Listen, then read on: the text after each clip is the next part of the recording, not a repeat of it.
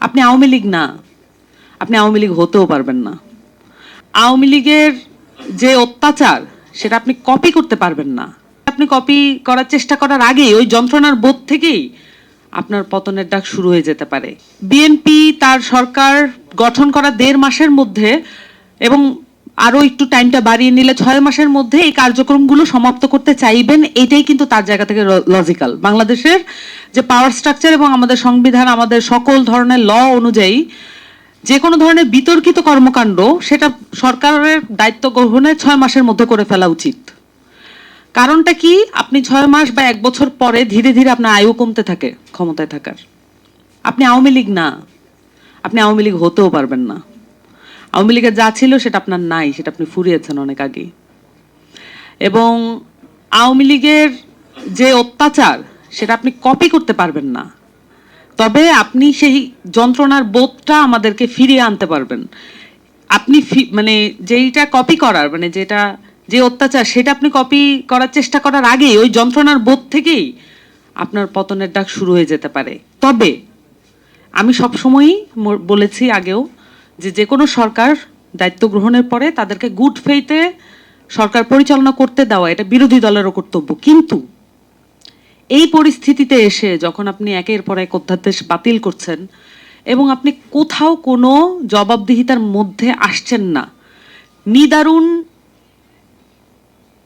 একটা অহংকার আপনাকে পেয়ে বসেছে। এবং পার্লামেন্টে যখন আমরা এখন অধিবেশন শুনি, এই নিদারুণ অহংকারটাই একটা প্রধানতম অ্যাটিটিউডে পরিণত হয়েছে উভয় পক্ষ থেকে। আমি বিরোধী দলেরও এখানে সমালোচনা করব, তারাও প্রেজেন্ট করতে পারছেন না, আর সরকারি দলও এখানে অহংকারটাই তাদের একমাত্র কৌশলে পরিণত হয়েছে।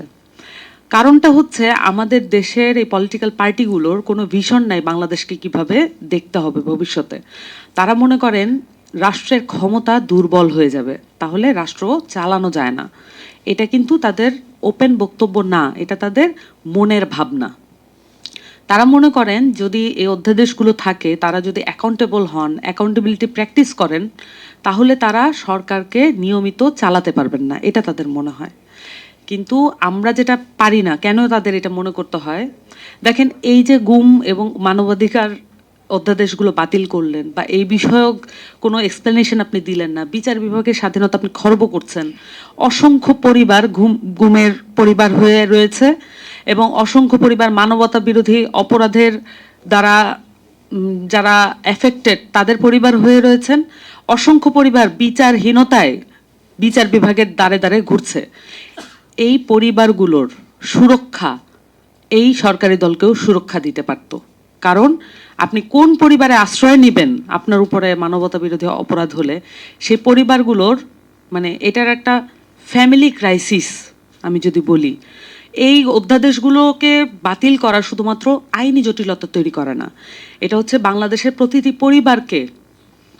পরিবারকে এমন একটি পরিস্থিতির মধ্যে পড়ছে, একটা অনিশ্চয়তা, একটি দুর্বলতা, নাগরিক হিসেবে হীনমন্যতা, এবং যেটা পূর্বে এসেছে কথাটা, কীট পতঙ্গের জীবনে তাদেরকে ঠেলে নিয়ে যেতে চাচ্ছে।